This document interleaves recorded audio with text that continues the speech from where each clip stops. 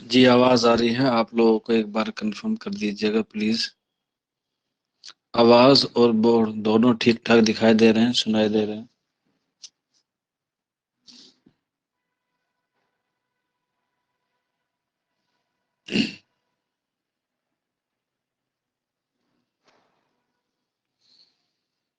ठीक है भाई, आज हम लोग पढ़ने वाले हैं प्रधानमंत्री, जो आर्टिकल 75 में आता है।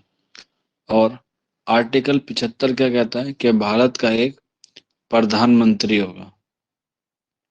भारत का एक प्रधानमंत्री होगा, जिसकी नियुक्ति या जिसको नियुक्त किया जाता है किसके द्वारा?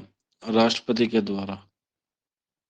और प्रधानमंत्री का जो कार्यकाल होता है वो कितना होता है? सभी को पता है, 5 वर्ष। 5 वर्ष। और अगर हम इसकी योग्यता की बात करें तो ये कितना होना चाहिए?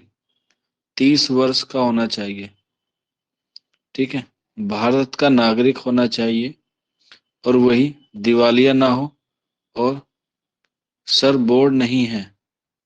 ऐसा कैसे हो सकता है? अगर बोर्ड नहीं दिखाई दे रहा तो बेटा एक बार एग्जिट हो जाइए और फिर दोबारा से आ जाइए, बोर्ड आपको दिखाई दे देगा। एक बार एग्जिट होके दोबारा से वापस जा जाइए, दिख जाएगा। ठीक है ना?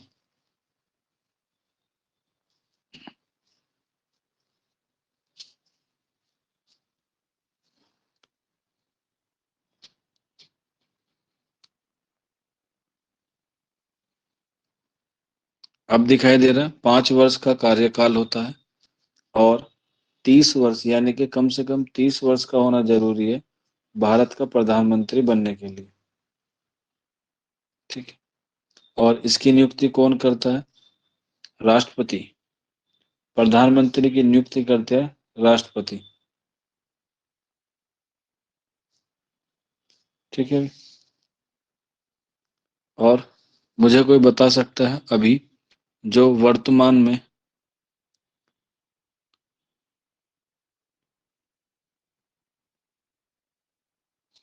एक सेकंड दीजिएगा।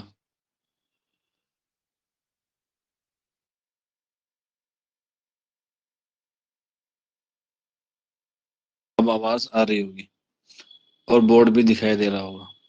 तो हम बात कर रहे थे प्रधानमंत्री के ताल्लुक से कि इसका कार्यकाल 5 वर्ष होता है और 30 वर्ष कम से कम इसकी आयु होनी चाहिए, भारत का नागरिक होना चाहिए और कह सकते हैं ये दिवालिया ना हो। ये 4-5 चीजें जो है वो आपको याद रखनी है। ठीक है, और इसकी जो नियुक्ति है वो कौन करता है? राष्ट्रपति करता है। और पीएम के पास सलाहकार एक समिति होती है, जिसे हम लोग क्या कहते हैं? मंत्री परिषद या कैबिनेट कहते हैं, जो हम लोग ऑलरेडी क्या है, लिख चुके हैं। और मेरा क्वेश्चन ये था कि अभी जो वर्तमान में हमारे देश के प्रधानमंत्री हैं वो कौन से नंबर के हैं? प्रधानमंत्री जो हैं वो कौन से नंबर के हैं? मतलब 12वें हैं, 13वें हैं, 14वें हैं, 15वें हैं, 16वें हैं, 17वें हैं, कौन से नंबर के हैं?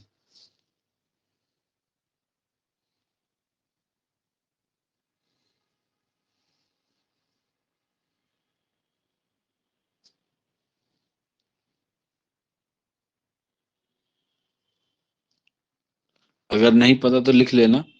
15वें नंबर के हमारे देश के प्रधानमंत्री हैं नरेंद्र मोदी। ठीक है, इसके बाद अगर हम बात करें इसके शक्तियों की, तो पीएम जो होता है वो सरकार का मुखिया होता है। ठीक है, यानी कि जो सरकार होती है उसका मुखिया कौन होता है? राष्ट्रपति होता है। अगर हम बात करें देश के, देश का मुखिया कौन होता है, तब आंसर क्या होगा? भाई सरकार का मुखिया तो पीएम हो गया, और देश का मुखिया कौन होता है? आप अगर थोड़ा सा भी दिमाग लगाएंगे तो आ जाएगा, क्योंकि मैंने आपको बताया था जब भी कहीं विदेश में या तब भी कोई विदेश मंत्री किसी दूसरे देश से समझौता करने जाता है तो वो किसके नाम से करता है? वो करता है राष्ट्रपति के नाम से। तो ध्यान रखना, देश का मुखिया राष्ट्रपति होता है, लेकिन सरकार का मुखिया कौन होता है? प्रधानमंत्री होता है, जिसे एक कैबिनेट दिया जाता है या मंत्रिमंडल दिया जाता है। ठीक है। और इसीलिए कहा जाता है कि पीएम और कैबिनेट, पीएम और कैबिनेट के बीच की जो कड़ी है वो कौन है? प्रेसिडेंट है। पीएम और राष्ट्रपति, वो पीएम और कैबिनेट के बीच की जो कड़ी है वो कौन है? राष्ट्रपति है, क्योंकि दोनों किससे जुड़े हुए होते हैं? राष्ट्रपति से जुड़े हुए होते हैं। और इसीलिए प्रधानमंत्री के कार्य और मंत्रिमंडल के कार्य के बीच का जो संबंध है वो आर्टिकल 78 में है, बताया गया है। यानी कि कैबिनेट के जो मंत्री हैं और सरकार जो का जो मुखिया होता है, उनके बीच का जो संबंध है वो आर्टिकल 78 में बताया गया है। वहीं जो पीएम होता है वो संसद का नेता होता है। संसद मैंने आपको पढ़ा दी क्या, कि संसद के कितने भाग होते हैं, संसद कौन से आर्टिकल में आती है, उच्च सदन कौन सा होता है, निच सदन कौन सा होता है।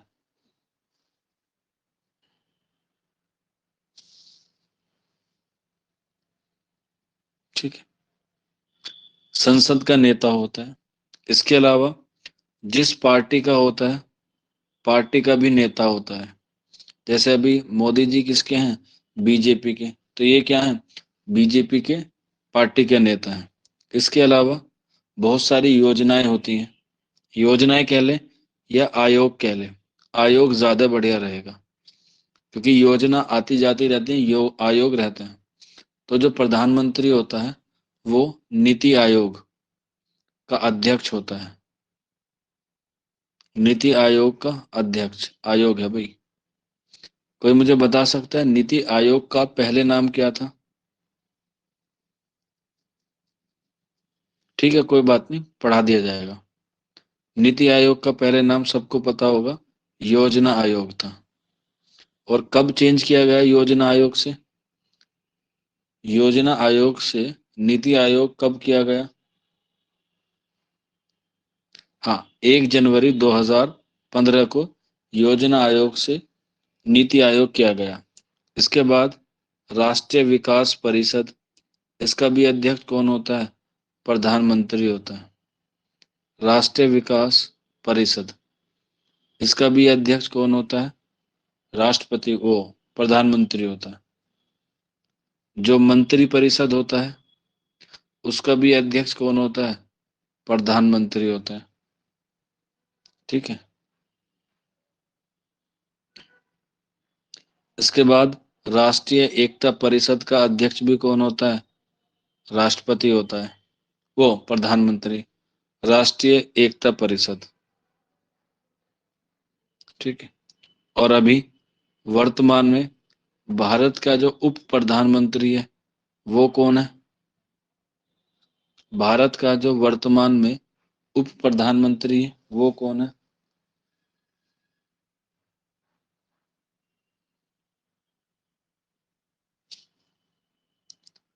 हाँ, तो ध्यान रखना, कोई भी नहीं, क्योंकि नरेंद्र मोदी सरकार ने जो उप प्रधानमंत्री का पद है उसे खत्म कर दिया है। अगर मैं आपसे पूछूं देश का पहला वाइस पीएम कौन है, तब आंसर क्या होगा? अगर मैं आपसे कहूं देश का पहला वाइस प्रधानमंत्री या वाइस प्राइम मिनिस्टर कौन है, तब आंसर क्या होगा?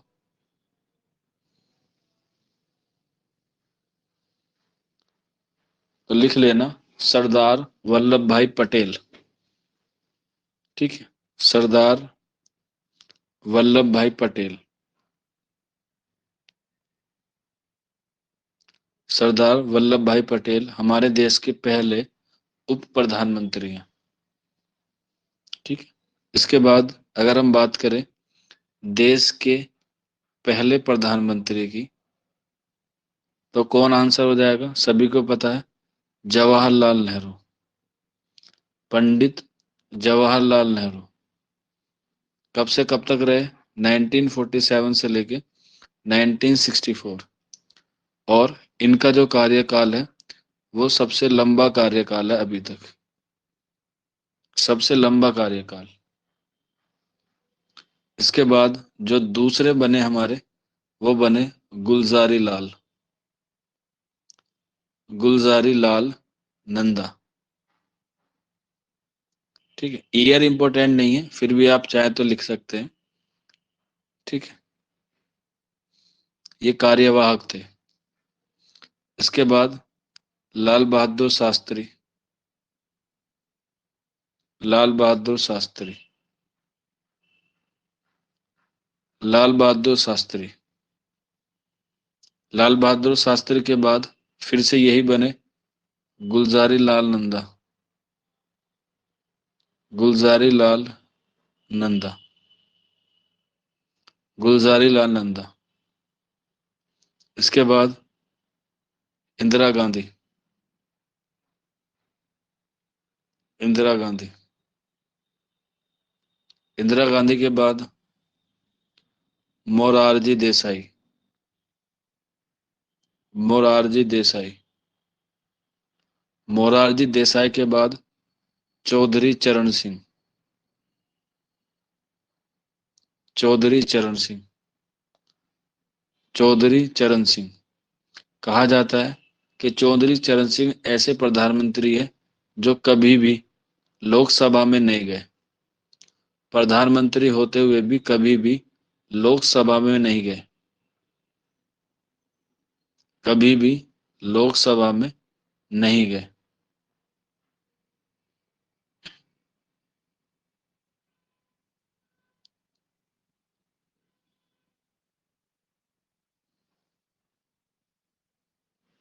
बेटा जाट थे ना,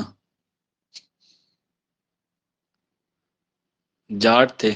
कहा जाता है ये जाट थे ना, तो अपनी अकड़ की वजह से या कह सकते हैं किसी वजह से ही कभी भी वहां पर नहीं गए, लोकसभा में कभी नहीं गए।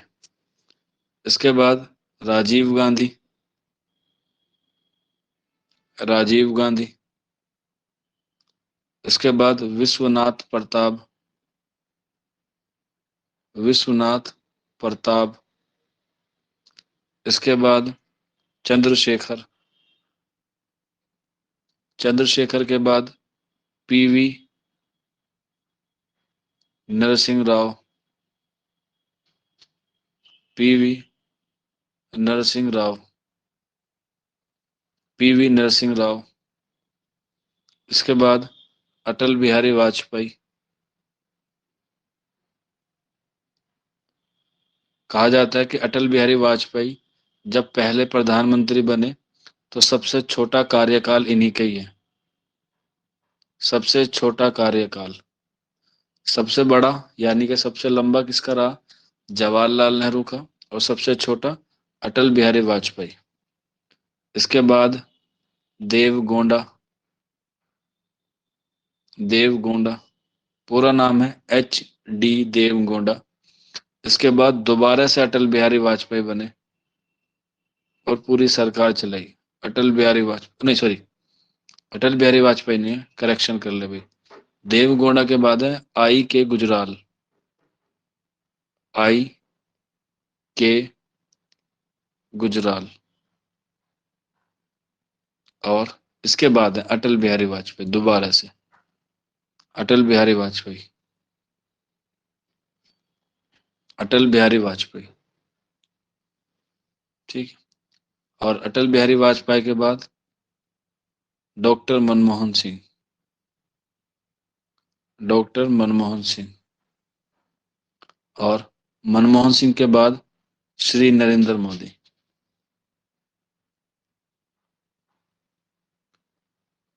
श्री नरेंद्र मोदी, जो 2014 से लेके अभी तक है।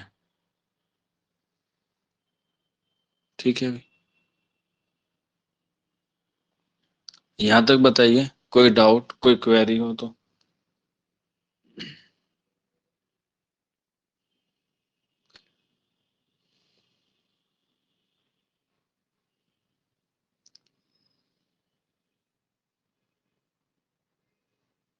यहां तक प्रधानमंत्री तक आपको सारी चीजें समझ में आ गई। अगर मान के चलिए राष्ट्रपति वो प्रधानमंत्री अपना इस्तीफा देना चाहे तो किसे देगा? राष्ट्रपति को। और प्रधानमंत्री का जो पद है वो 6 महीने से ज्यादा खाली नहीं रह सकता। ठीक है ना? ये बातें आप लोग याद रखें।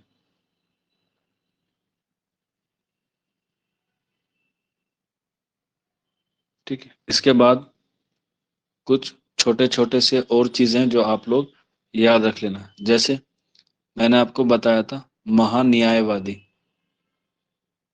महान्यायवादी जिसे हम लोग कहते हैं अटॉर्नी जनरल, ये आता है आर्टिकल 76 में।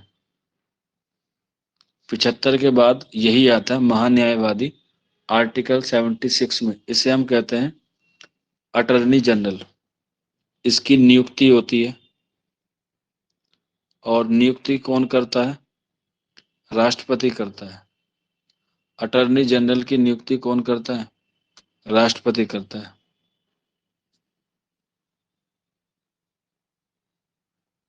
ठीक है, महान्यायवादी आर्टिकल 76 में आता है, और इसकी नियुक्ति राष्ट्रपति करता है। और इसकी योग्यता क्या होती है? इसकी योग्यता होती है सुप्रीम कोर्ट के जज बनने की। जो सुप्रीम कोर्ट बनने की जज की योग्यता होती है, ठीक वही महान्यायवादी होती है। ठीक है ना? महान्यायवादी की जो योग्यता होती है वो सुप्रीम कोर्ट की होती है। ठीक है, और ध्यान रखना, ये एक अकेला ऐसा आदमी होता है जो संसद का सदस्य नहीं होता, और ना ही मंत्रिमंडल का सदस्य होता। ठीक है, लेकिन ये संसद में जाके भाग ले सकता है। ठीक है, संसद में जाके भाग ले सकता है, लेकिन वोट नहीं डाल सकता। संसद में जाके भाग ले सकता है, लेकिन वोट नहीं डाल सकता। और इसका जो असल काम है महान्यायवादी का, वो काम होता है सरकार को कानूनी सलाह देना। सरकार को कानूनी सलाह देना। इसीलिए कानून का सलाहकार महान्यायवादी को ही क्या क्या कहा है, माना गया है। और ये महान्यायवादी भारत के किसी भी न्यायालय में, यानी कि भारत के किसी भी कोर्ट में जाके क्या कर सकता है? सुनवाई कर सकता है। कोई सा भी कोर्ट हो, जिला हो, हाई कोर्ट हो, सुप्रीम कोर्ट हो, किसी भी तरह से। ठीक है, और ये आता है आर्टिकल 76 में। इसके बाद महाअधिवक्ता, महाअधिवक्ता जिसे हम लोग कहते हैं एडवोकेट जनरल, जिसे हम लोग कहते हैं एडवोकेट जनरल, ये आता है आर्टिकल 165 में। आर्टिकल 165 में जिस तरीके से महान्यायवादी सेंट्रल में होता है, महाअधिवक्ता सेम वैसे ही क्या होता है? राज्य में होता है। अब राज्य में है तो जाहिर सी बात है, इसकी नियुक्ति कौन करेगा? राज्यपाल करेगा। इसकी नियुक्ति कौन करेगा? राज्यपाल। अब ये राज्य सरकार का कानूनी सलाहकार होता है। जितने भी स्टेट हैं, उनमें जितनी भी सरकार है, उनका एक कानूनी सलाहकार होता है।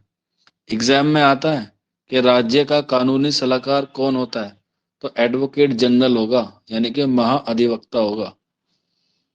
ठीक है, और ये राज्य के हाई कोर्ट में जाके सुनवाई कर सकता है। हाई कोर्ट में जाके ये सुनवाई कर सकता है, और ये हाई कोर्ट के जज बनने की सारी योग्यता रखता है। सारी योग्यता रखता हूँ। ठीक है ना?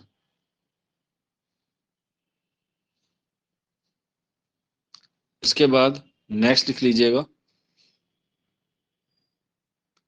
CAG, CAG, CAG. Full form पूछी जाती है, चाहे तो आप लोग लिख सकते हैं COMPTROLLER,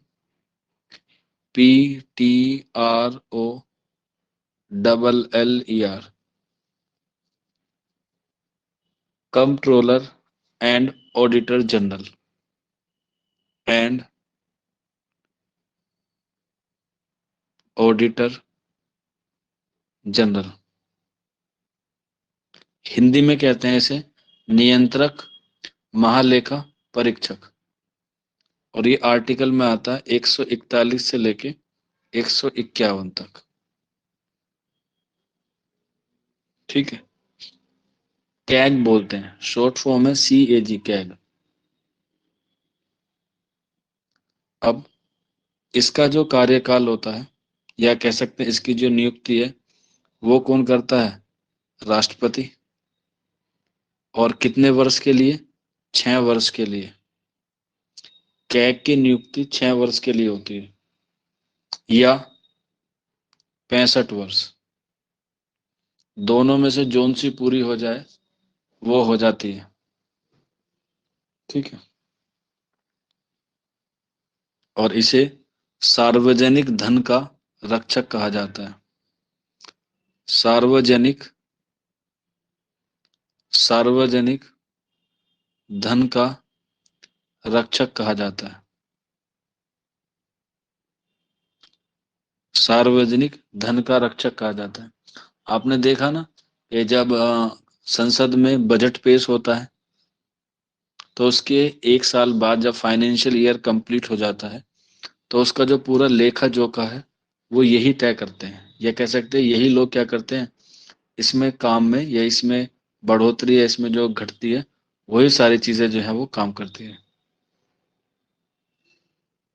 ठीक है,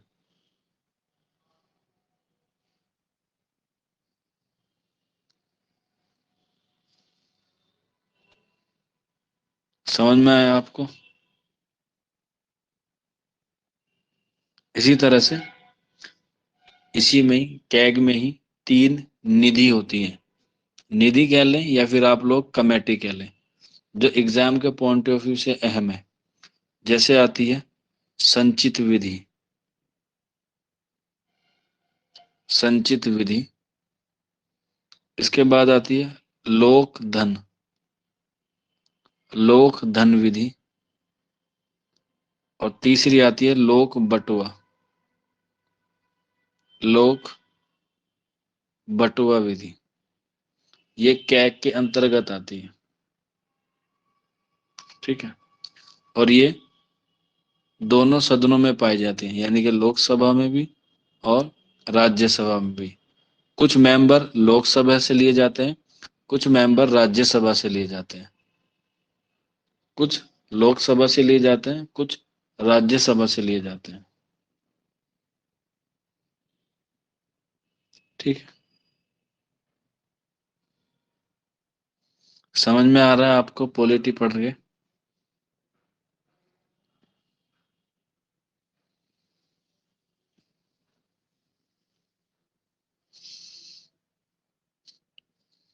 हम लोग तकरीबन पॉलिटी के हाफ सिलेबस पे पहुंच चुके हैं। ठीक है, अभी हाफ चले हैं, अभी हाफ जो है वो आना बाकी है। पॉलिटी को ज्यादा नहीं पढ़ना, जो अहम अहम चीजें हैं वही हम लोग क्या कर रहे हैं, कवर कर रहे हैं। क्योंकि ये जो आप क्लास ले रहे हैं, ये यूपीएससी का नहीं है।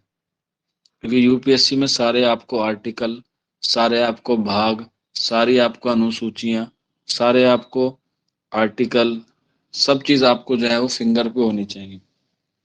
लेकिन आपका जो एग्जाम का लेवल है वो बहुत मुख्तसर है, और उसी को एग्जाम को मद्देनजर रखते हुए आपको ये सारी चीजें जो है वो कवर कराई जाती हैं।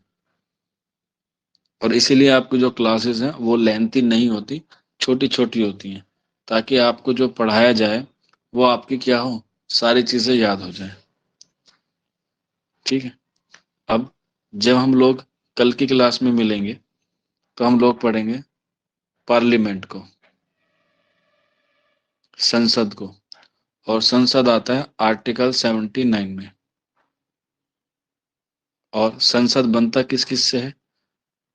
राष्ट्रपति से, जो मैं आपको ऑलरेडी पढ़ा चुका हूं। अब मुझे आपको दो चीजें पढ़ानी है, राज्यसभा और लोकसभा। ठीक है, कि लोकसभा में कितने लोग होते हैं, कितनी आयु होनी चाहिए, ठीक है, कितने दिन तक बने रह सकते हैं, क्या काम है, कैसे इसमें लोग चुन के जाते हैं, सारी चीजें जो है वो मैं आपको कल जब हम लोग मिलेंगे संसद में हम लोग कवर करेंगे। ठीक है, और ये भी अहम होता है, लोकसभा से और राज्यसभा से काफी सारे सवाल आते हैं।